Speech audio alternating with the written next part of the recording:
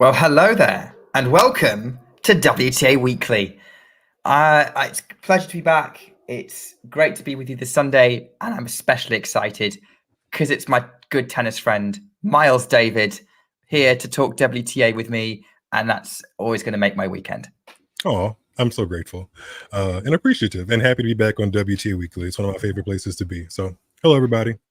All right. Well, Miles, I think we should probably ask a very important question before we get diving into this week's action. Did you watch any of it? Oh, yeah.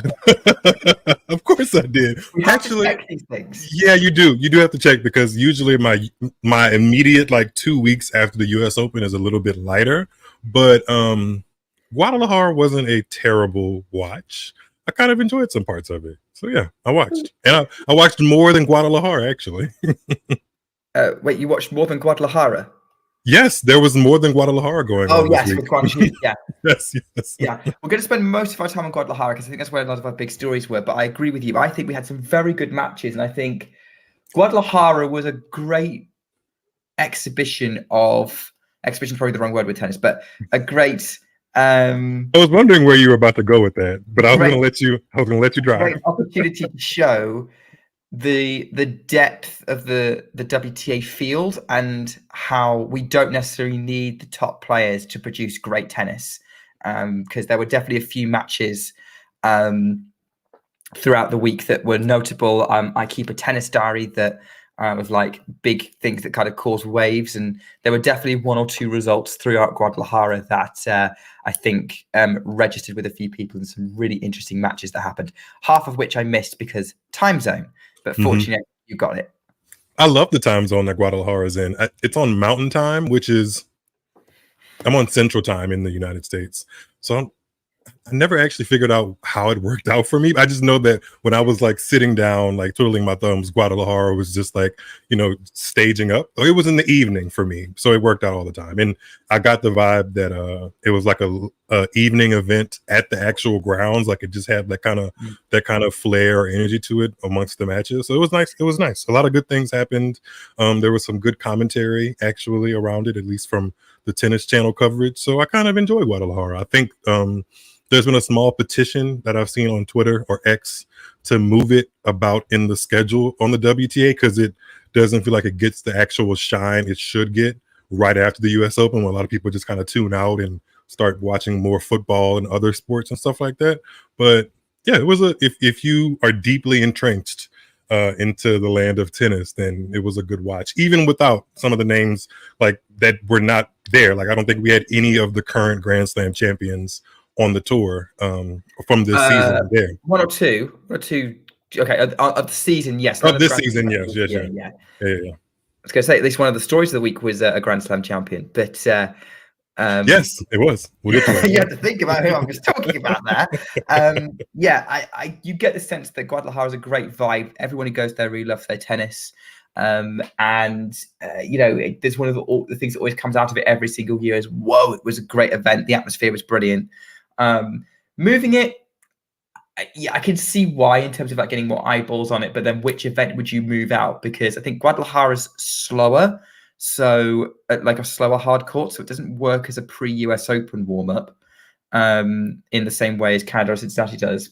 And The only other place I can think of is moving it instead of Indian Wells or Miami, which I think if it was I don't know more about Miami, instead of. I don't know about instead of, but in the lead up to. right? Like I But think that would downgrade make. it then. Yeah, I was gonna say that too. It would probably have to go to like a WTA 500, because I think it actually makes a little bit more sense to have Guadalajara be a tune-up before the Sunshine Double than the women's schedule, which is basically going from the Middle East to Indian Wells and Miami, which it's hard. Yeah, it's hard courts, but maybe just swap the Middle East titles to go to and put to this part of the season, and then put the more US hard courts in February. Is the weather good this time of the year in the Middle East? No idea. I'm not a geography expert. And those that listen to me on Twitter Spaces definitely know I'm not a geography expert. This is why you need Shrihari, because he actually lives in Dubai, so he could confirm this. Okay. Yeah. So maybe I'll tag him in this when this goes up, and say, hey, can you answer our weather question? Could you move Dubai and Doha to September, October time? But it's still pretty good regardless of where it is in the calendar. I think Guadalajara is going to get downgraded anyway, because like the WTA announced obviously the extra 1,000 event, but they didn't confirm Guadalajara was going to be one of them. Forgot about that at this point in the season. So I don't know. I don't think they've decided if Guadalajara is going to keep its status, but I think it's proved itself as an event that it deserves to be at least a 500. The past 3 years, going from the WTA finals to the 2022 version and down to this 2023 version, they've been pretty good. Yeah, maybe they'll bid for the 2024 WTA finals, because given they're going to Cancun this year, they need a permanent home, right? They desperately need something permanent for the WTA. Well, not finals. Permanent, but at least something for like 5 to 10 years. Yeah, more permanent-ish. Like the fact that we've had 3 different locations in 3 different years is not. Like, I don't think anybody loves that. But then again, I don't know, because the WTA organization seems like they're fine with everything. I mean, it's partly down to the WTA organization, but it's also like they kind of got screwed by a couple of different things, mainly COVID and the Chinese government. But so moving on before this gets political and we get demonetized or we start getting a ghost rant, although I don't think he's here yet. Ghost, if you're listening to this back, you might like this show, because we will also be introducing one of your other favorite topics in this, at least what I'm planning on doing. So let's talk about the actual tennis. And the result of Guadalajara is that Maria Sakkari won her second career title and her first WTA 1000. She is a big trophy winner now, people. And I think before we go and talk about what it means for her and her career and everything else like that, we're happy for her, right? Yeah. I'm trying. I am. I'm trying to keep it like in the lanes, because a part of me feels like she should have won that tournament, given now looking back on all 5 matches that she played, she only played somebody in the top 20 once. Everybody else wasn't even top 50. So with her being a top 10 player, you feel like she should be able to take care of that more times than not. However, it's good that she actually has a trophy in this decade to really. That didn't sound great, in this decade. Well, I mean, she's been around for a while. she hadn't won a trophy this decade in the 2020s. But now she has. It's a significant title. It gives her ranking points, a nice prize money check, and just the confidence that comes with being able to get across the line and actually walk up to the net as the champion of an event after falling short countless times. That has to feel good for her. So me personally, I kind of dialed back a little bit on my Maria Sakkari fandom, just because it was a little underwhelming to constantly get far and not get the results, even when she had ample opportunity. So I kind of wasn't necessarily. I don't. If she would have won this big title like a year or so ago, I probably would be a little bit over the moon. But the past 6 months or so, I've kind of dialed it back. So it's good to see her in the winner's circle, but I kind of feel like the stars had to align at one time or another, and they did in Guadalajara. So good for her. Yeah, definitely great for her. And well, look, she said this week that her goal was to be happy. I mean, you can't not be happy after that. But I know what you mean about dialing back on Sakkari, like when I looked at the draw, Sakkari wasn't in great form. No one was in great form, apart from one player who I decided to back and say was going to win the title, and they lost in round 1. Who was that? Keys. Oh. And that was her first match after the US Open semis, wasn't it? Kind of tough, yeah. Navarro was a tough draw, to be fair, because Navarro was kind of a good week in San Diego. Yeah, no, I predicted a Keys versus Stevens final, and that fell apart within 24 hours. Sloane Stevens, man. I don't even know what else to say about that one. No, that's it. That's all we need to say on that subject. But yeah, back to Sakkari.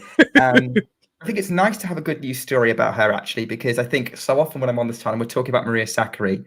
The first thing that sort of I always end up getting a conversation with John about sort of her limits and how she's not performing, and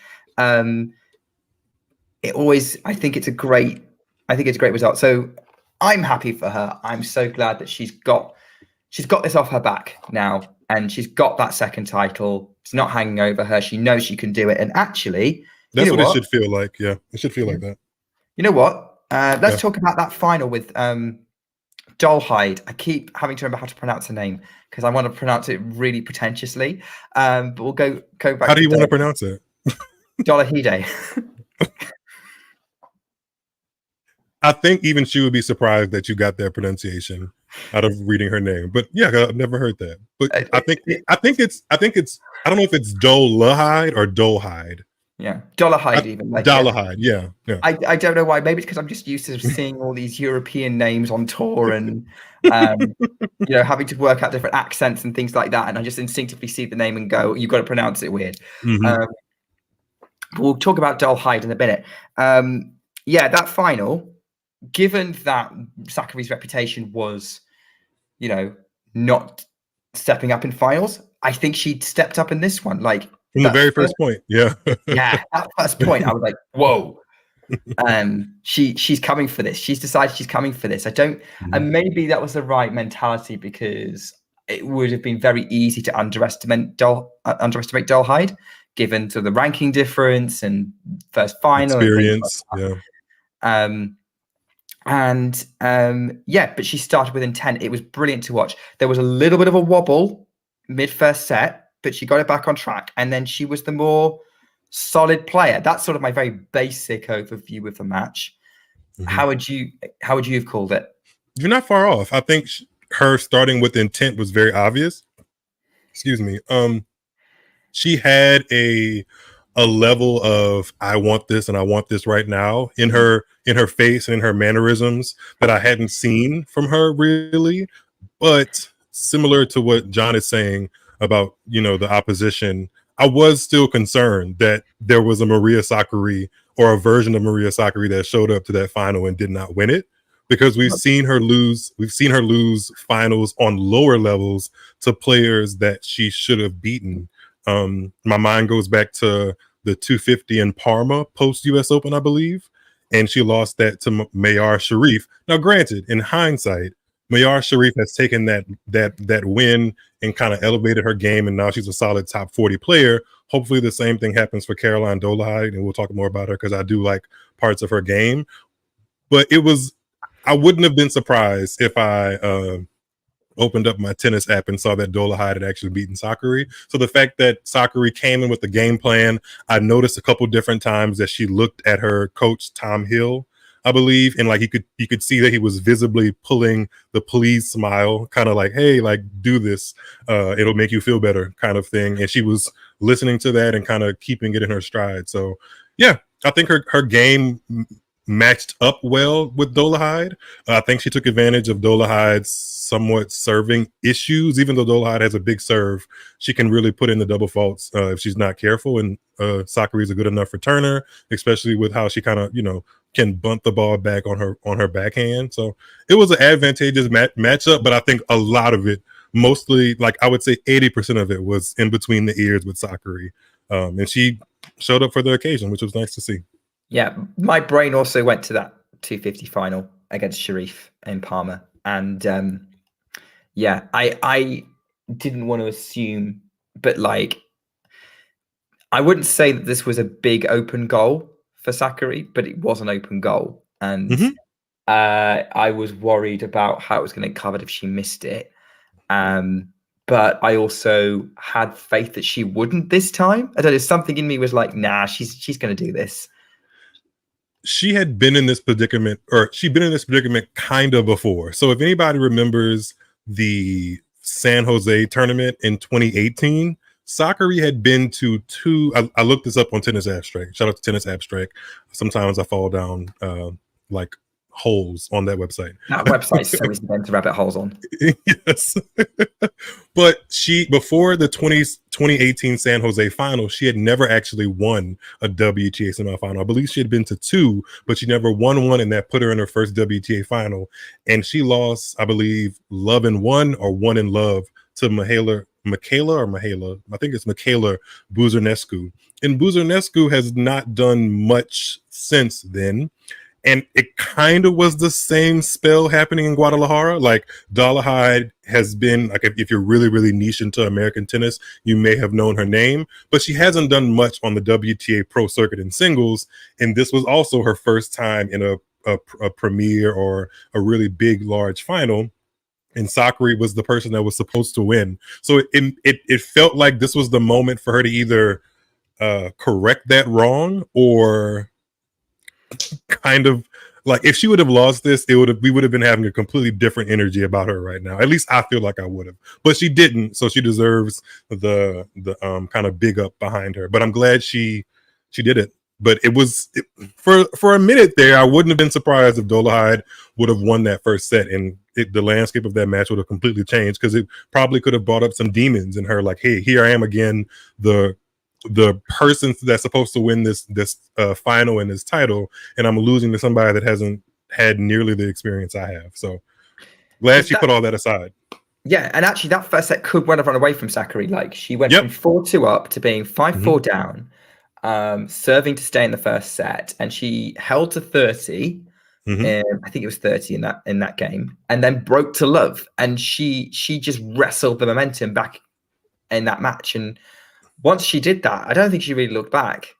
So yeah, as I said, like, that intent, I think, credit to Dollarhide, she handled that well with Sakkari coming at her. Sakkari coming at the blocks the way she did could have, might have knocked most players back, and Dollarhide just went. It did for that opening couple of games, and then she went, no, I'm not going to get bossed around by you, and tried something, and it was working for half a set. Really made it competitive. So yeah, that was. I mean, so I think that it was. Some people might debate whether this should have been a challenge for Sakkari, but regardless, I think that's insulting to Dollarhide. But also, I think regardless, Sakkari dealt with it well, and when in the past she might not have. And we've seen the version of Sakkari that doesn't deal with that well. So the fact that she, checked all her boxes and in tight moments in that match really showed that she was the more experienced player, was good to see. But I have a question, Nick. Yeah. I've seen this kind of posed by some various accounts on X/Twitter. Do you think this, in some way, with this kind of being like, a weight off of her shoulders, or monkey off the back, to use that verbiage, do you think this opens up some kind of floodgates for her?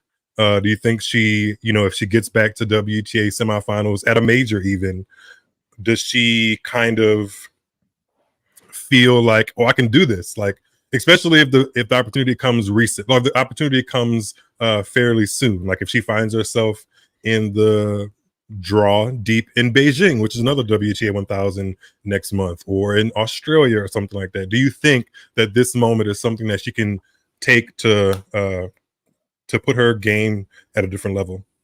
I think she's going to take a lot more confidence from it.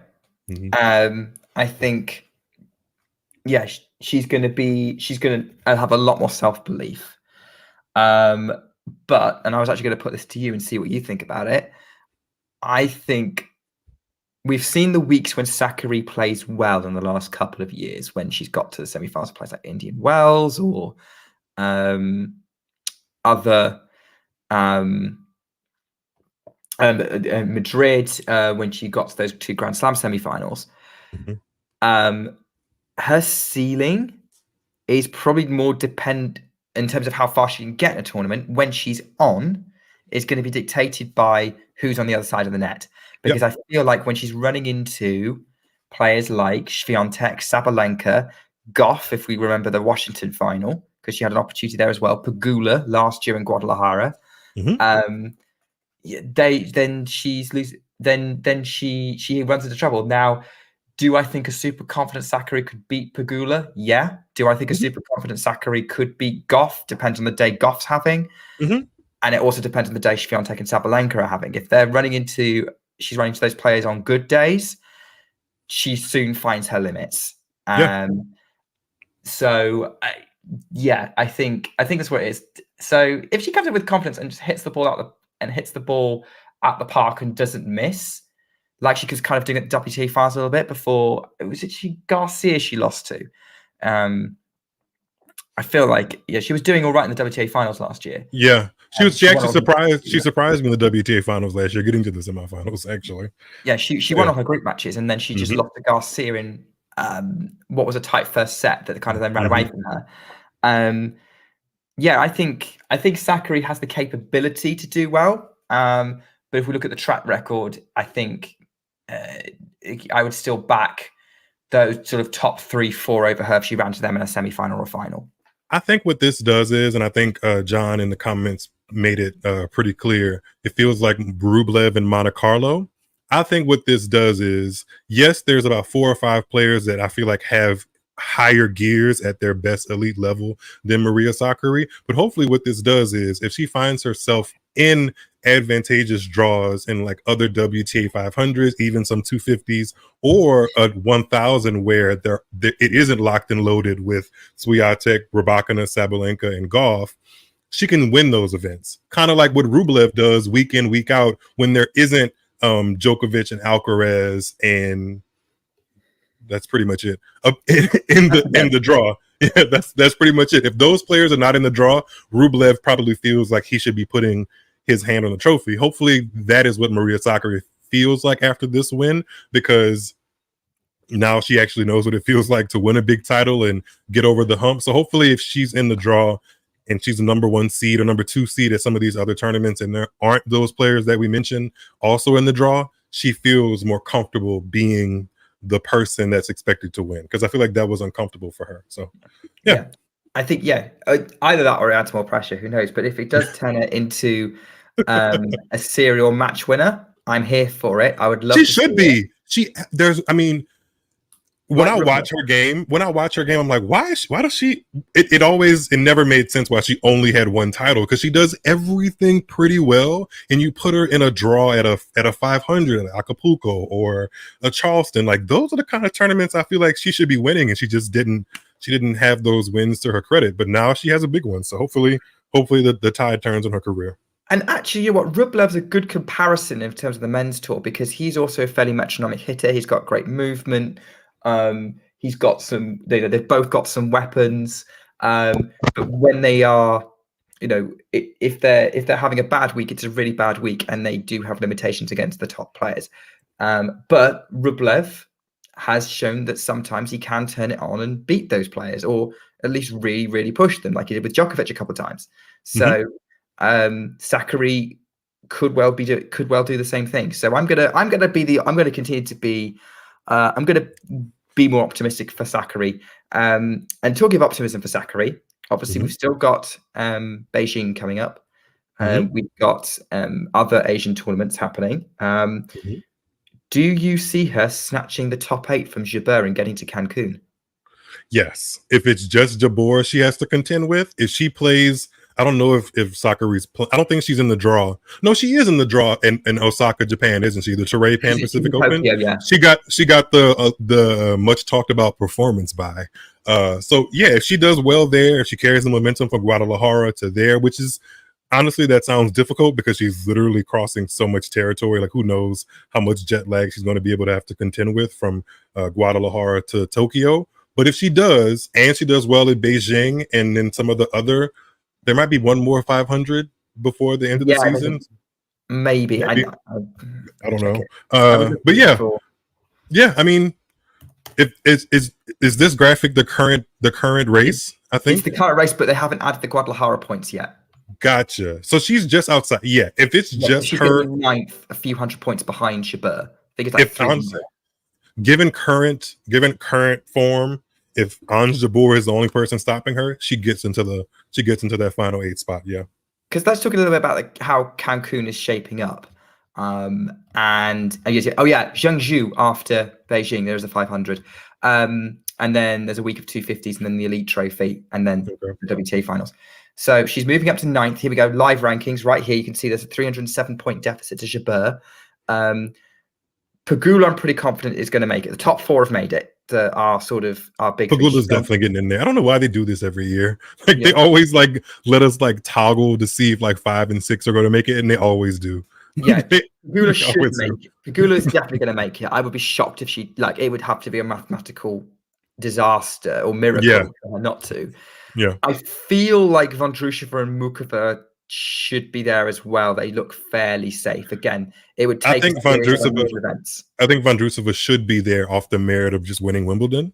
I don't know why they haven't implied or input that whole if you win a major, you're automatically into the final, especially if you're already within contention. Like if you already in the top 8, 9, 10 players in the race and you won a slam, you should be automatically in there. So yeah, I feel like she should be there.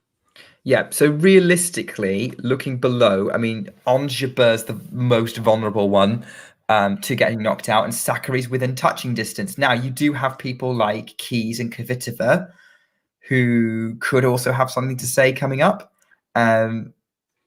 But being optimistic, Miles, let me be optimistic. I don't know who else is 1,000 points behind Jabeur, but at the minute, the field is narrowing. It does feel like it's Jabeur versus Sakkari, unless someone surprises us. I'd be very surprised if Keys or Kvitova put on the afterburners to make a real push to get one of those spots. They've both had their fair share of time at the WTA finals, and it just from what I gauge about either of them, I think they'd be okay if they don't make it this year. It wouldn't absolutely crush them. Whereas if Ons Jabeur doesn't make it this year, I feel like she'd be a little perturbed. And Sakkari, Keys and Kvitova, they'd be like, I mean, I still had a great season. Keys won a 500 and got to the semis of the U.S. Open again. Kvitova won Miami, another 500. So, they'll be okay. Yeah, they'll be okay. But the definite sort of, I mean, if you look at Jabeur, Sakkari, Keys, Kvitova, they're kind of on the reach of the people who've had, Is there a potential Kontaveit, but not amazing seasons, if that makes any sense? Is there a potential Kontaveit that we're not talking about yet? Because I don't even think Kontaveit was in the top 10 of the race by the time she put on the afterburners in that indoor season, and then she grabbed that. There wasn't 1,000 on the table in the same way, I don't think. Yeah, she had to win. She had to win 250s and a 500, I believe. So yeah. Hang on a second. Let me just grab my thing so I can look at the live rankings. Good thing is across the room and not in another room, because that would have been very awkward. So let's have a look at the live I'm going to have a look at the live WTA race here and see how far down mathematically people are in contention. Krejcikova in the race based off of last week. She could do it. She's number 12, and depending on what happens in Beijing and the Asian swing, she could jump. She could jump there. Belinda Bencic also could make a good leap. It would take a lot of winning, but she's at 11, and then Ostapenko is number 13 in the race. It would take some heavy winning from now until the end of October, but stranger things have happened. Yeah, so pretty much everyone all the way down to number 37 in the race, the live race, apart from Zhu Lin. I don't know why she can't make it, but could do it mathematically. So there's still a long way to go. But yeah, you're right. Those names are kind of the favorites, and they're the ones that we kind of see putting a streak together. What was Kontaveit in the race before she put that hot streak on? What did you say it was like 30, 31? I don't think she was even top 10. I don't think she was top 10 in the race before, after the U.S. Open. I don't think she was even top 10. I'm seeing a name kind of in that region who's done a lot of winning recently. Who's that? Kenin.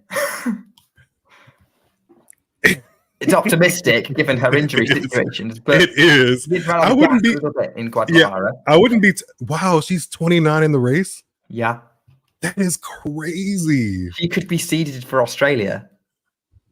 That's if you would have said that at the French Open this year, people would have looked at you like, what? Like, what? No way. But I did say at the beginning of the season, if anybody has heard me say this, feel free to come forward on the YouTube comments and back me up, so I don't sound like I just know what I'm talking about all the time. But I did say that Sofia Kenin was going to have a better season this year. It took her a little while, but I think she started off the year with like a semifinal at Hobart. And I was like, oh, wait, there might actually be some validity to what I'm talking about. But then the rest of the season was kind of hit or miss. She did have that win at Wimbledon over Coco Gauff in the first round. She won a match after that, but it wasn't, I think she lost to Svitolina. Yeah. Svitolina, yeah. She had that Sabalenka win in Rome. Yeah, she did. So there's been spots of like Sofia Kenin of 2020. So it's nice to see her back in the mix because I don't want to say I have a soft spot, but I feel like if you've won a major, I want to see you at the very top of women's tennis. I just do. I want to see how all of that energy of like, hey, I'm a champion, you're a champion, we're all champions. Let's be all in the top 10 together and see who's actually the biggest winner of them all. So if she gets back up into the top 10, I'd be happy. Yeah, you can imagine that Kenin wins Beijing and ends up qualifying for the finals. Why not? I'd be here for it. If this happens, I'm going to take this snippet and put it over like a picture of Sofia Kenin, and that'll be some content. Yeah, and like she was one of the big stories of Guadalajara. I thought she might have had a gas after that San Diego final.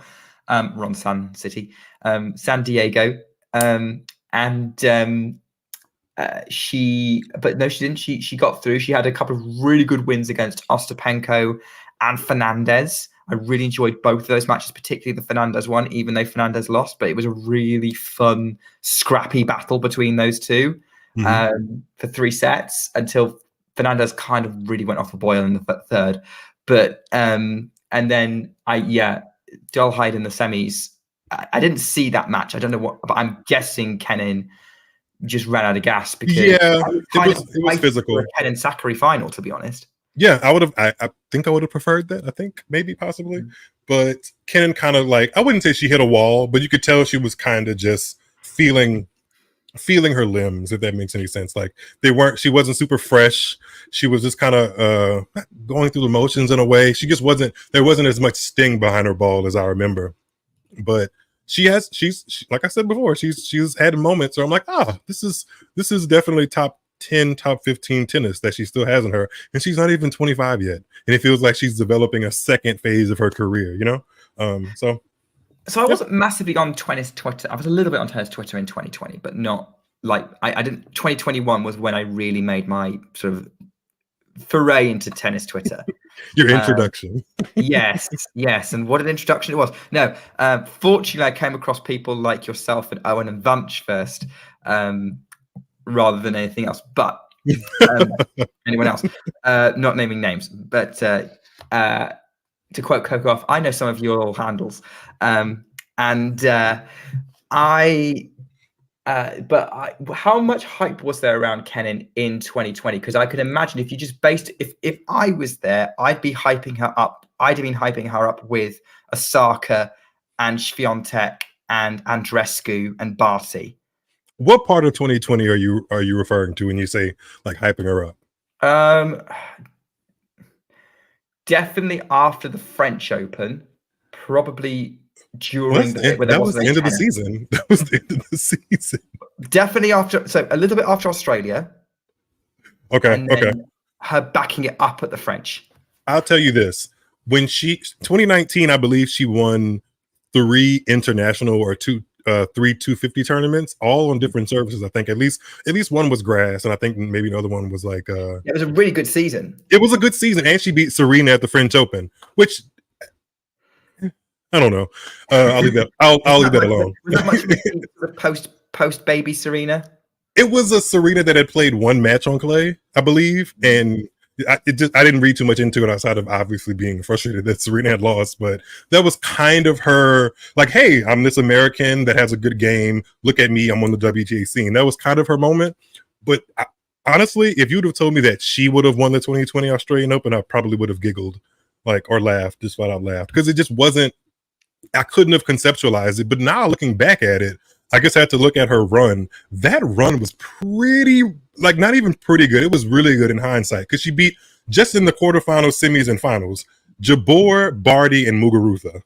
Yeah, that's really good. And before that, she beat Coco in the 4th round. So she played some really, really good tennis, and like, she forcibly made herself relevant, and then she backed it up again as soon as like the tour restarted. I don't think her US Open was that great. She may have made like the 3rd or 4th round, but that French Open run where she lost to Swiatek in the final, that was kind of out of nowhere, because her clay court prowess outside of that win over Serena at the French Open, that wasn't the shining part of her game. So she's kind of tricky to read. I just never really know when she's going to put it together. I just know she has it. There's really good tennis in her. I just don't really know how to quite read her yet. And there's let's face it, there's a few other players on tour like that, some of whom include major champions. I'm thinking of most of them include major champions. Yeah, I'm thinking of someone like Fernandez or Stevens or Raducanu and Andreescu. Yep. Yeah. Andreescu maybe more than Raducanu. Raducanu is very hard to read right now. But because we have no data after the clay this year, so we'll have to see. And we'll probably talk about her in a bit. But all right, let's switch to the person who beat her and the American, and it's another American breakout. We've mentioned it a few times. It's Caroline Dolehide.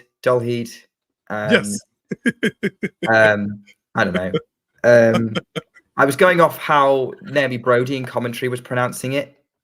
Go off of how Coco Vandeweghe is pronounced it. I think Coco Vandeweghe and Caroline Dolehide have somewhat of a rapport. She sounded really proud of her in the Tennis Channel commentary, and I don't think I would have. In my mind, I wouldn't have envisioned Coco Vandeweghe to be a good commentator in the booth, but she was actually quite impressive. I've been telling people this for ages, because she's been commentating on BBC Radio for the last couple of years, and she's done a very good job. BBC Radio doesn't sound like the kind of environment that would get the best out of her, though. Tennis Channel is a little bit more like, I guess because it's American, I don't know, but she leaned into the more, I'm like a millennial, I'm kind of hip thing. BBC Radio kind of seems like it would kind of force her to be buttoned up a little bit. Oh no, BBC Radio is very relaxed. Okay. Particularly when it's not Wimbledon, because they know that the people tuning in are hardcore tennis fans. So I think the only tournaments that BBC Radio cover are the Slams and Indian Wells. Okay. And maybe the Tour finals and some Davis Cup or Fed Cup or BJK Cup. But much more chilled. There's a lot more kind of conversation. They've BBC Radio have got Jeff Tarango as a commentator. I can see how their energies would I gel don't well. have them on together. I feel like it might explode. But yeah, like Jeff Tarango, I don't know if he said this on TV commentary, but I remember listening to him in a Rafa Nadal match he was commentating on, and the guy who was bothering, like he was doing one, like I think he'd broken Nadal, and he was like, oh, I think it might be Martin Clejon or something. He's like, Clejon's got into Nadal's kitchen, he's scrambling some eggs. That was the of all the people I thought we would mention on this WTA Weekly, Jeff Tarango was not one of them. No. So let's get back on track. Caroline dang it.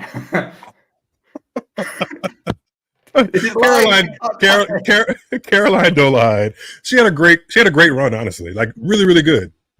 She beat everybody in front of her except Sakkari, obviously, and she should be very proud of herself because she was on little to no one's radar before this event. Like I knew her name. Played before this week. You didn't know she existed?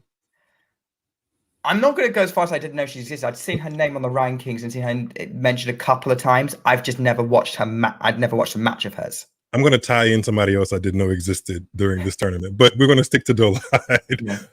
She Who did she? Let's look at her. Let's look at her run really quickly. I So know. Okay, so the two names that stood out to me that she beat were Trevisan and Kenin. yes. Now, that ordinarily be like, okay, not so great, but those two were having good weeks. Mm-hmm. Trevisan had just beaten Jabeur. Trevisan had won that first set, and then Dolahide won the second set 11-9 in the second set tiebreaker. She saved 4 match points. Yes, and she before that she beat before that she had a 6-7, 7-6, 7-6 victory over Peyton Stearns in the first round. That's a good win. That's a good win. And she beat Alexandrova 6-1, 6-2 in the third round. So there were some wins in there that just I would have never given to her on paper, really. So yeah, she deserves a lot of credit. Yeah, she really, because this is, I think she's put herself on a lot of people's radar. I did get a couple of people responding on Twitter saying they had spotted her. She's 25, right, Dolahide? Let's fact check that. Yes, good. She is 25. She just turned 25. Yes. Yeah. This September. She's a Virgo. Go Virgos. I'm not a Virgo. I just like Virgos. Okay. Well, and given that she's outside the top 100, not anymore. Well, not now. No, she's now top 50. Just in the reach of the top 40, but because she was ranked, I think 111 going to this tournament, she's got the final. We will be naming her the Jakob Bobro Player of the Week, which is she deserves it. She deserves it. And look at her form in that forehand. That's some good form. That's forehand. Yes. So I watched the final, and the forehand was the thing that was interesting to me. Obviously, it's very extreme grip, but it's such a big swing, but it works. Do you know what she reminds me of? And the person she reminds me of commented about her on Twitter or X this week, and it's Jennifer Brady. If you squint, you can see some Jennifer Brady in her just in that picture alone. But the game has it too. I don't love this analogy, but people use it all the time when they talk about certain players in the women's game, but that they kind of play like a guy. Dolahide is kind of on that lane. She's on that trajectory that she plays with some spin. She definitely can flatten it out, but the way that she hits her serve, the way that she can actually kick it, and that's something a lot of men kind of intertwine into their games very regularly, more so than the women, kind of help put her in that lane. So yeah, I enjoyed her. She's a good watch. If she can bottle up some of the consistency that she displayed in Guadalajara and some of the fight where she was, winning tiebreakers and saving match points.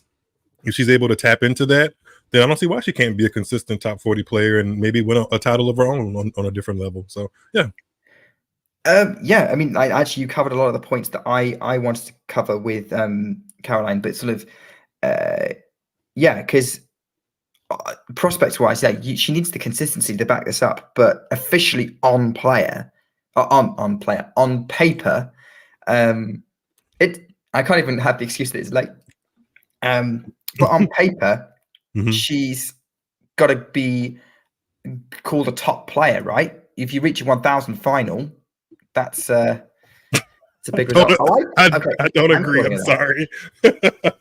I don't necessarily agree, but I think she has the game when she's on and healthy and motivated and fit and is feeling good. She has the kind of game that could annoy and really take the racket out of a couple of top players' hands. I just don't think she's done quite enough for me to put her in the top the top player category, but she deserves major respect. Top player category is, because mine's about 50 players.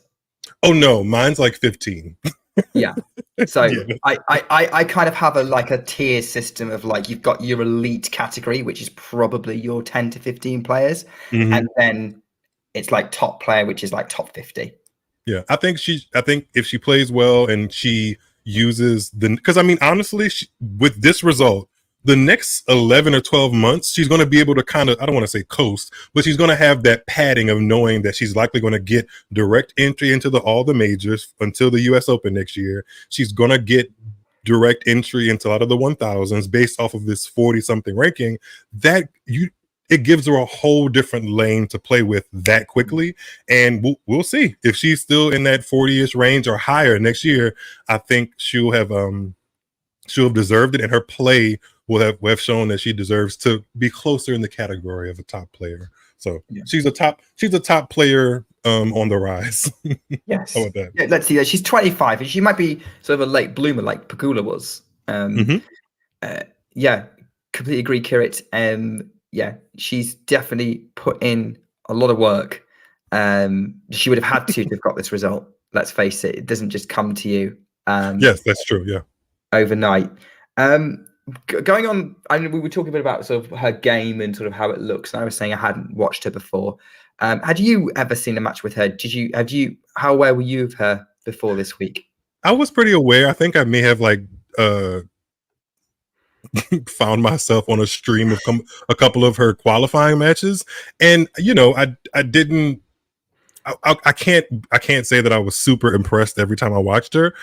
It felt like she would be a journeywoman, so to speak. Like, she would definitely ebb and flow outside the top 100. But, a result like getting to the final of 1,000 maybe changes my mind on what she's capable of, and then hopefully it changes her mind too. So I was aware of her, but I didn't have like a very assured sense of where she was going in her career. But that changes now, maybe. Oh, there you go. Right. Well, that is Caroline Dolehide. Dolehide. Caroline is a really good name to have in the WTA, isn't it? Yes. Aren't there either Caroline, Caroline? Yeah, there's a couple of those. Top tip: if you want your child, for prospective parents, if you want your child to be a tennis player, name them Caroline or adjacent. or adjacent. I don't know what the male equivalent is of like really common male names that you get. Andy, maybe. I don't know. That's not a bad one. Not bad. And Andy Roddick, Andy Murray, Andre Agassi. No, yeah. Andrea. You got Andres. Yeah. Cousins. Yeah. So there you go. You've got some options, and but yes. So Caroline Dolehide is the first woman to win Jakob Bubro Player of the Week.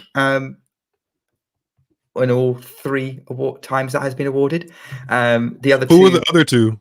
Jakob Mensik and Jesper de Jong. Okay. So the criteria is they have to be outside the top 100. That is a lovely way to honor Jakob, and I love that. I love that Caroline Dolehide is in the mix now. I love it. Yeah. So it would have to be there you go, Alexandra or Maria. Hey, Maria. That's a good choice for a name after this week. And Alexander, there's a few Alexanders out there on the men's side. I didn't think about Maria. Maria is a great name to be a tennis player. Yeah, very, very good. There's a few of those, yeah. Any other stories from Guadalajara before we move on that we want to kind of make sure we mention? Just a quick mention. I've got a couple of ideas if you don't. I was going to say, we didn't talk much about Caroline Garcia. She had like a mini resurgence. She got to the semis and lost to Sakkari pretty handedly. Not sure what she's going to do with that confidence because she also goes to Tokyo next week. But, if you're a Caroline Garcia fan, she showed that she can still string matches together. And that looked questionable for a little while. So yes, so she seems to have got steadied the ship a little bit. She's not had I don't think her season's been as disastrous post WTA title as Muguruza's was. But she's not randomly doing Zumba classes, so it's going okay. Yes. I did not know Galbine was doing that. But she's done all right. I mean, I did think like Sakkari Garcia match was very much about this is someone's big chance to put their season back on track, and it was going to be a case of it was very tempting to say who wasn't going to choke, but that would have been harsh. And to be fair, from the highlights reel, I mean, no, Vanch said she checked out, but from the highlights reel the WTA put up, Caroline Garcia got some good shots in there. Those are not good highlights. Sorry. Highlights, but the only ones we've got. Yeah, unfortunate. Well, if you dig a little deeper in the YouTube land, there's some people that put in the work to give us good quality highlights. You just got to find it. But I think Sakkari, not Sakkari. I think Garcia she can salvage her season because this is where she started to get on a lot of people's radar big time a couple years ago in 2017. This Asian swing is what gave her the original top 4 ranking. So if she kind of finds some of that confidence again, then she might be one of those players that grabs a spot at the end of the finals. So that's exactly how she grabbed her spot in the finals in 2017, was the Wuhan Beijing double. So hey, we'll see. Yeah, I think we will. And then the only other story, I think we mentioned her already. No, actually, there's 2 stories I want to mention that we haven't yet. One, this will please Ghost, Martina Trevisan, and her performance. She was involved in 2 back-to-back epics, beating Jabeur from a set and a break down. Jabeur was serving for the match, 2 points away from the win. And then obviously Trevisan being involved in that match against Dolhide in the where she had match point, but Dolhide saved it 4 times. So Trevisan having another decent hard court result this season, if you also include United Cup, and I think there was somewhere else. Miami randomly she got to the quarters. I remember that. She's the kind of player that would annoy me. Not like personally. Yes, to play. Sorry. Yeah, she seems really bubbly. Yeah, she seems. I mean, well, not at all of the post match handshakes. She's not bubbly in those moments, but I don't necessarily hate that because it means she really wanted to win. And every post match handshake is not going to be bubblegum roses and sunshine. She does the bare minimum of shaking her opponent's hand. It can be a little salty, admittedly, but sometimes it feels that way immediately after match point. It just does. Okay, I'm going to throw a comment out there about handshakes. Mm-hmm. But I think if I was a professional tennis player, you'd probably be saying 9 out of 10 of my handshakes would be salty, regardless of the result. Because, Same. like, unless you're a mate, I'm not gonna be like. Who's happy about losing? Yeah, who's happy? Like, if I'm winning, it's a cursory get this done. I want to feel good, and if it's losing, it's get this done. I want to leave. If I win, I'd probably milk it. if it was a really good win, I'd probably milk it for a little bit. Remember back in the days, like Serena and Venus, they caught hell for this, but they used to celebrate before they shook their opponent's hand. They didn't do that too much after people started commenting on it, but I don't know if I would do that personally, but I definitely would not be the person, unless we, like you said, unless we had a really good rapport outside of the official match court and we were just good mates while traveling the tour. I may give you like a really good pat on the back, especially if it was a really close match. But if I got my behind whooped, I'm going to do the respectful thing and shake your hand, but it's not going to be, gleeful. Like, hey, like no. If there was a match between you and I, a pro match between you and I, it would be a very warm handshake. If it's it's a match between me and I'm not going to throw any names out because that's just going to throw some shade, and I don't know how funny it would actually be to name someone else.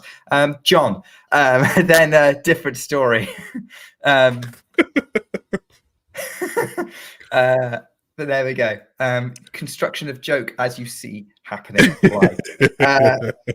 So, and then the only other one I think is worth maybe quick mention is I'm just going to make sure I've got the right player. Yes, because I think certainly you made a bit of a fuss about this player very early on in the tournament, and she ended up losing to Garcia. Haley Baptiste getting an epic win against Pliskova in a ridiculous topsy-turvy match. I'm sure you shouted at Well, I did say if Haley Baptiste win and if she becomes a top 100 player, Tuned Into Tennis will officially be her Stan account because I like the way she plays. I really do. She could use some tweaks here and there, but like the core of her game, I think that there's a stadium somewhere that would absolutely embrace her just because of the flair in which she plays tennis. I just think she just needs a couple more big moments. Like if she has a moment like Caroline Dolehide, I think her stock immediately rises. But yeah, she's a really good player. She's athletic. He has almost every shot in the book. She just doesn't really have the point in, point out consistency, and I used this word earlier and I cannot think of the word. Not determination, because she has that. Skip it. I can't think of what it's called. I can think of a stadium that would probably welcome her. I don't think she's played there yet. Ash. Yes, that's what I was thinking. Yeah, I was thinking the exact same thing. She would absolutely light up the court. If she got her ranking up into the top 100 and like automatically qualified, they'd love her. She just needs one big break. I think the former player. She was involved in that catastrophe of the former Fed Cup handshake with Eugenie Bouchard. What is her name? She's from Romania. Budinescu, Begu? No, not Begu, but dang it, what is her name? She had a really high ball toss. Dolgaru, Dolgaru, one of the two. She was breaking down Haley's. She was breaking down Haley's game for the WTA world stream, not that I was listening to, and she was very good at it. There are some things that she broke down that Haley could improve, but for the large part of it, she has a game that could really disrupt some opponents that are higher ranked than her. She just has to kind of put it together for a solid week or two, and then her ranking will reflect that. So yeah, tuned into tennis will be a Haley Baptiste Stan account as soon as she enters the top 100. Are you a Stan account for any other players at the minute? Based off my reaction to Coco Gauff winning, then yes, I'd be a Coco Gauff Stan account. Fair. All right. Let's hop over to Asia because that's where the rest of the tour is going. Not literally, because I feel like trying to do this might be a bad idea. I wish. Tell you what, if you and I were on the same plane to Asia, like the poor passengers would not get any sleep because it would just be chat about tennis for hours. Oh, I would sleep. I would sleep. You would sleep. I would sleep. I can't sleep on planes. I've tried. That's the only way I can fly, actually. If I think about where I am too much, then I get a little too anxious, so I just fall asleep. But yeah, there was a 250 happening. There was. In Guangzhou, and it was won by the Chinese player Wang, but not the Wang that was in form. I wasn't going to do a really bad pun because that would be really insensitive. But Wang Zhu wins the title. I mean, sort of like, because I think the Wang Jinyu was making a lot of headlines. Yeah, she made the fourth round of the U.S. Open and got to the semis, I believe, of the 250 in Osaka, Japan. Yeah.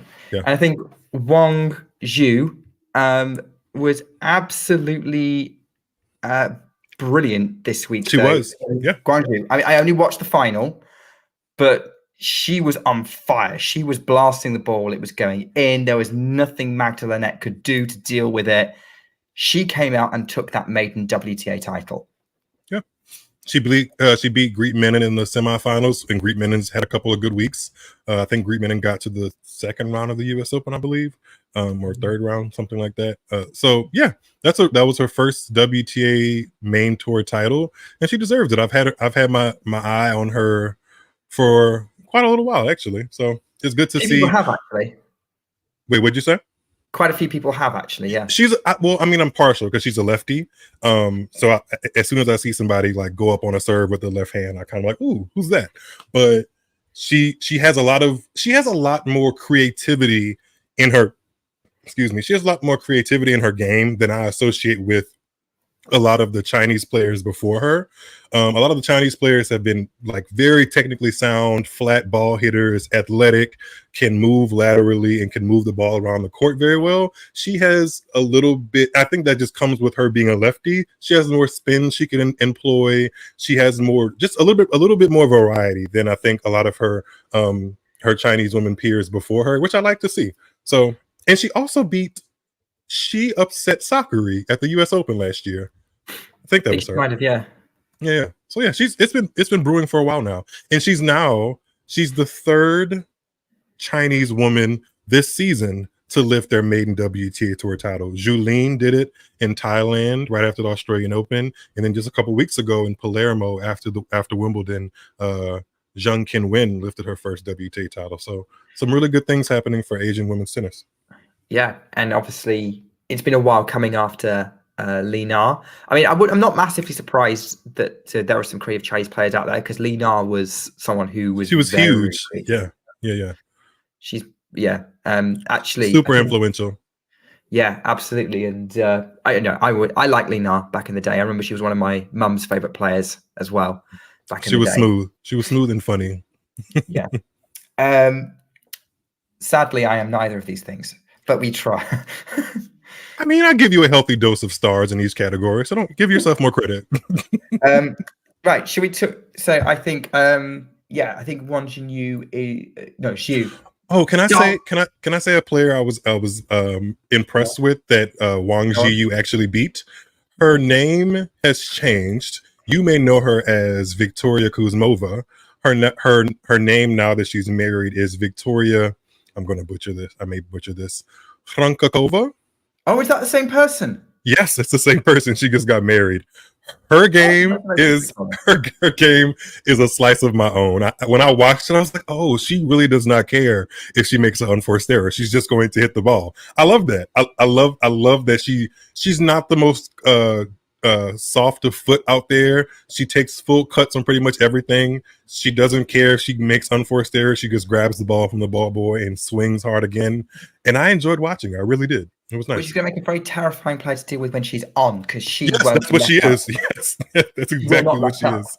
Because I'm the same. I'm very similar. Where I like when I'm playing, it's very much okay. Next point, zone in, let's go. Which I think a lot of top players are. So maybe Victoria can put something together. I think doesn't she have a couple of decent results? She's been as high as number 43 in the world back in March of 2019, and she's currently just outside the top 100. She's made a third round of the French Open in 2019, but nothing super duper that stands out about her career. But the way she hits the ball, if you happen to watch her on an outside court at a tournament, you'll be like, wow, like she hits a mean ball. Okay, one to note for when I'm next got a grounds pass at Wimbledon. Yep. Okay, let's look at the future. Let's look at this. So starting probably in about a couple of hours, actually. I don't know what time exactly it's going to start. Yeah, definitely a couple hours. A couple of hours is 2 events.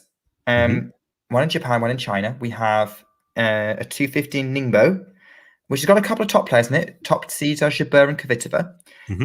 And the 500 in Tokyo. I think the bigger names are in Tokyo. That's probably going to be where the attention is, because the stacked draw, but it's already drawing headlines because of the dreaded 2 words, performance buys. Miles, where do you stand on performance buys? I don't understand who came up with that. I get the idea of wanting to hand out grace to a player who basically makes your tour what it is, a tour. Like Garcia and Sakkari, who are the players that are receiving these performance buys, definitely should receive some understanding from going from Guadalajara to Tokyo in 2 weeks. Like that's an effort on a human level. I understand not putting them first on at 11 o'clock the Monday the tournament starts after just coming from Guadalajara, but that does not mean that they should get a bye into the second round, especially over somebody that's ranked higher than them, i.e. Elena Rybakina, who spoke out about it, saying that, she basically inferred that she, A, wasn't aware of the rule, 2, the rule kind of popped up out of nowhere. And she has a point, because that performance buy has not been introduced anywhere else on the season this year. It's in the rule book, but it hasn't actually been. I believe they are deliberately trialing it. They picked Tokyo as a trial event for it. It's like, why? Like, what is it? So if Sakkari and Garcia didn't make the semifinals or better in Guadalajara, were they not going to trial it then? Probably not. That doesn't. If that's the litmus test, maybe they wouldn't. Yeah, they have to fly over. It just feels like another WTA moment that makes you scratch your head, and there have been quite a few recently. I think if it's a seeded player, definitely worth experimenting with. I don't hate the idea. I like what you said. Like, it's to make it a tour, to not punish a player for having a good week the previous week. I think it's worth doing, especially since, quite often on the WTA tour, not every player can keep up the momentum or run out of gas. So, and with such a time zone jump, I think it makes sense to try. I think, but not at the much better communicated, because I think what sounds like has happened is they put it in a rule book, sent out some kind of handbook, and didn't actually put a comms out, and that's what caught Elena out. Yep. And if I was annoyed, I would also be annoyed that I wasn't properly communicated with in her place. So especially if I get the short end of the stick. Like, here I am, a top 4, top 5 player. No disrespect to Sakkari and Garcia, because they have been top 10 players themselves, but you can't tell me it makes sense for me to be right. Yeah, they still. Well, Garcia definitely. Excuse me, Sakkari is definitely still a top 10 player. Garcia might just be 11 or 12 or something like that. But they're in. Yeah, They're in the elite part of the WTA tour and the rankings. I can't be ranked ahead of them and see them get buys and I don't receive one. If I'm literally seated higher than them and ranked higher than them, how are they getting benefits that I should be receiving? And you guys didn't tell me about it until I got to Tokyo. Like, she's got a tough first round as well in Noshkova. Exactly. Like, that's yeah. harsh. That's going to be salt really into the wound. Yeah. Yeah. Yeah. I think I don't think she would have said anything if she got half of the other draw. Like, she just got a qualifier, fine.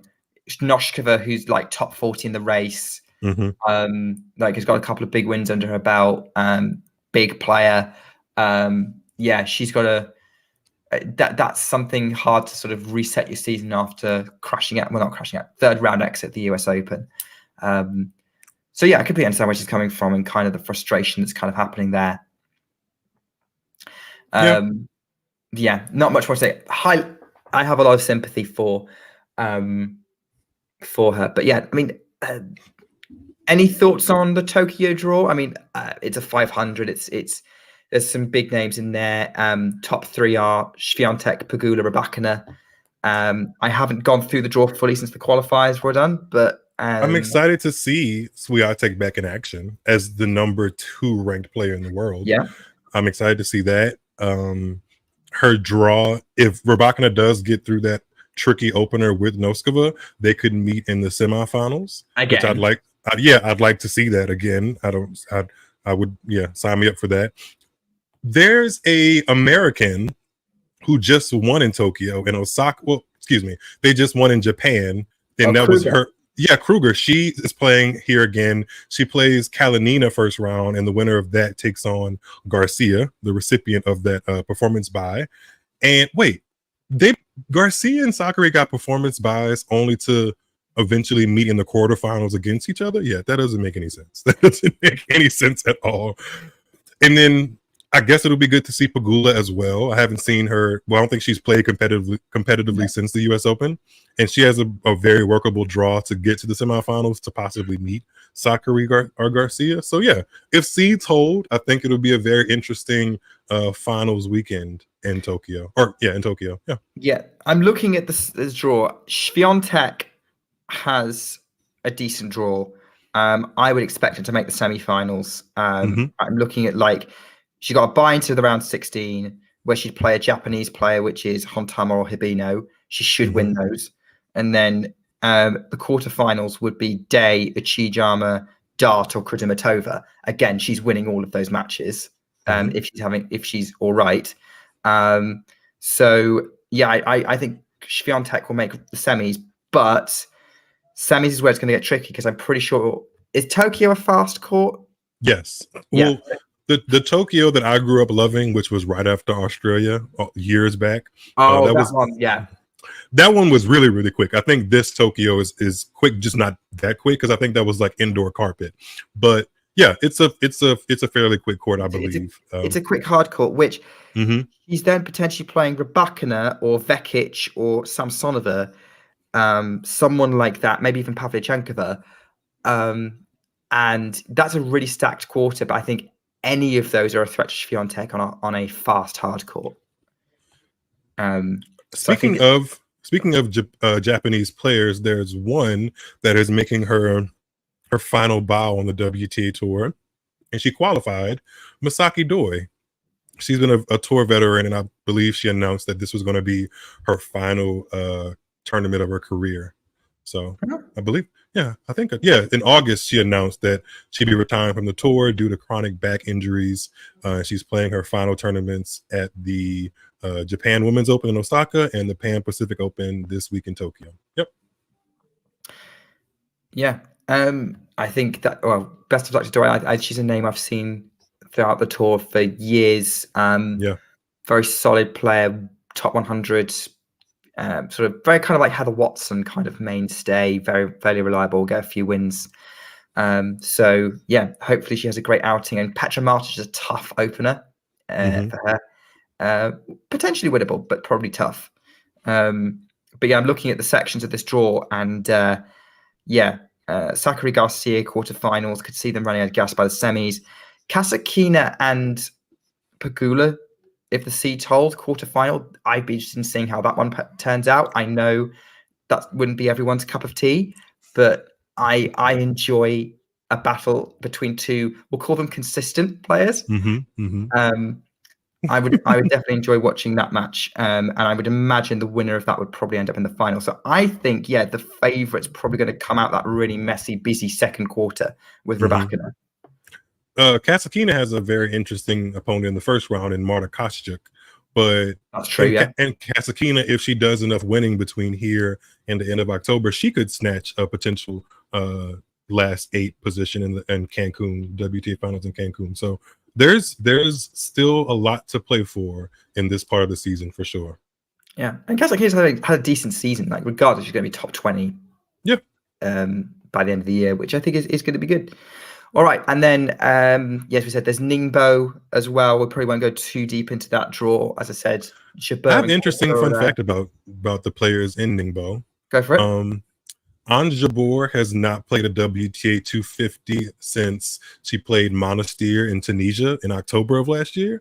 And Kvitova has not played a WTA 250 since she played Birmingham last year before Wimbledon. So it's been almost a year for Jabeur and definitely over a year for Kvitova since they've last played WTA 250s, which makes me kind of question, like, and both of them have been inside the top 30 for all of that duration. Since June of 2022, all of them, both Kvitova and Ons Jabeur, have been in the top 30. So it makes me question how many 250s from the WTA are actually on offer.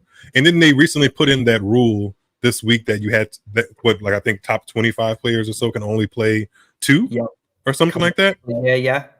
And if you look at the top 30 players in that same time frame on the ATP, I'm sure most of them have played more than one 250. I'm almost positive. Well, that's because the rule doesn't exist on the yeah. And there's more 250 sanctioned tournaments on the calendar. Yeah. So yeah, I think it's very clear that what the WTA is trying to do is try to create an almost Grand Prix-esque top tour for the main players, and then use the 250s and below as kind of a secondary tour. I think that's kind of where they're going with it. I think the product's pretty good, but is it best for player development? That's kind of the trade-off. But I'm here to give it a go. But yeah, I'm interested to see how Jabeur bounces back. She's possibly still a bit injured, maybe. That's the only explanation I've got. And the winner from Guangzhou, Wang Ziyu, she took a wild card. And she faces Podoroska in that same top half where Ons Jabeur is. Wang should get it. Wang Ziyu. She should. Yeah, she should continue that momentum. All right. Well, we've had some good momentum in this conversation. It's been great speaking to you, Miles. But before we go, we've got one other topic we should probably talk about. And that is because it was promised in the promo. And that's Raducanu confirming that she won't be back until Australia this year, or the Australian swing in 2024. That's not shocking. It's not a shock. I don't understand why people are talking like that. That's news. That was fairly obvious what the plan was. Yeah, that makes sense to me. I mean, she could have tried to sneak in a couple of tournaments in this fall period if she wanted to kind of test her luck. But I mean, what benefit do you get out of that when you could just really start fresh at the beginning of 2023? Although it is kind of a tight schedule before the Australian, because there's there's 2 WTA 500s and boom, a Grand Slam at the top of the year at the end of January. So, yeah, there's no point in risking any kind of recovery if she's not there yet. Yeah. If we get to like maybe late November, December, and she's tempted to enter some ITFs and she feels like she's fit, that's probably worth doing. But I don't think it's worth taking the risk if she feels like her recovery would be in jeopardy from it. So yeah, fair enough. 2024, the Australian swing, she'll be back. I think she's not gonna. I don't think she's gonna get a. I don't think she's gonna get a very. How do I put this? She's going to get a tough draw. I imagine she gets a very tough draw right out of the gate in those, Oh, for because sure. I believe the WTA, the Brisbane is coming back. We'll circle back to that in 2024, but Brisbane is making a comeback. There's Auckland, there's the United Cup. All of those tournaments, like the top players are really trying to get their momentum going at the top of the season. So I can't imagine if she doesn't have a really, really tough draw in the first round, the second potential round is going to be very tough. So that's the only thing I see, or that's the only kind of tepid thing I see about coming back at the top of the year, is that people are also fresh and she's going to really, really get some strong opposition. Whereas if she came back in like November, December, like you said, maybe play an ITF, she could work her way closer to that more elite level. So we'll see.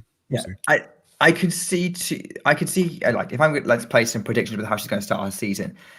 I think she should do Auckland. If the WTA calendar's the same again, Auckland would be a less stacked draw than trying to do United Cup or Brisbane. But I mean, Coco was in it last year, but she was the only other like top player in that event. Emma had an interesting match there. I think, in 8 matches there. I think she had to pull out because she got, but she had a tough ground out a couple of tough wins. Oh no, she lost. Look, there's Kuzmova. There's Kuzmova's name again. Look at that. I remember her getting injured and then having to pull out, so that makes sense. So yeah, I think that I think the 250 that she. I think if it's Auckland's there, in Hobart, she can play Auckland and Hobart. That's a good. Yeah. Those are good. Yeah. Look, we could basically be agents at this point, Nick. Like we can tell the WTA players how to schedule their seasons. She might get under pressure from the GB team to play United Cup. That's the only thing I can think of. Are they for sure going to qualify? I don't know how that's going to work. I can't remember how United Cup works. I think it matters about like who's in the top 10. I can't think of a top 10 player from the UK on the women's side. Norrie's dropped out the top 10 on the men's side. Yeah. So who knows if they might not actually be there. So if they're not there, then it doesn't matter. Yeah, doesn't matter. It is storming outside of my home right now. Oh, okay. Maybe it's Raducanu telling us to just not talk about her anymore and just let her play tennis. The storm is coming. It's Emma Raducanu. I kid you not. If you can clip that, and if Raducanu comes out swinging next year and has a big result, that's going to be relevant. Yeah. Cool. Well, it'd be interesting to follow the results from Tokyo and Ningbo over the next couple of weeks. Time zone will probably make things tricky for me to follow, but hopefully I can catch some matches, especially towards the latter half of the tournament.